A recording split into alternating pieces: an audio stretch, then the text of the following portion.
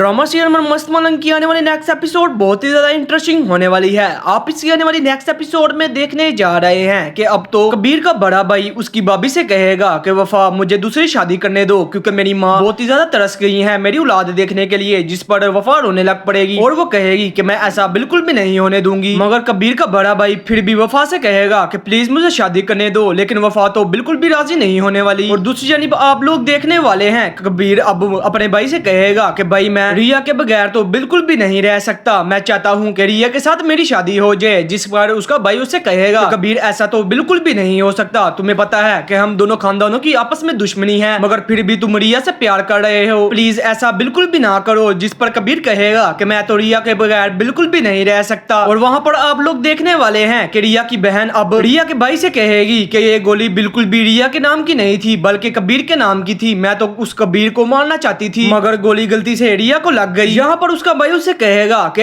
अब ये दुश्मनी छोड़ दीजिए, इससे हमें कोई भी फायदा नहीं होगा बल्कि उल्टा नुकसान ही होगा। और वहाँ पर आप लोग देखने वाले हैं कि अब तो कबीर रिया से मिलने के लिए जाएगा और वो रिया से कहेगा कि मैं तुमसे बहुत ज्यादा मोहब्बत करता हूँ। जिस पर रिया कहेगी कि जूं जूं तुम मेरे पास आते जाओगे इस तरह से हमारी दुश्मनी और बढ़ती जाएगी। चैनल को सब्सक्राइब कर ले मजीद रिव्यूज के लिए।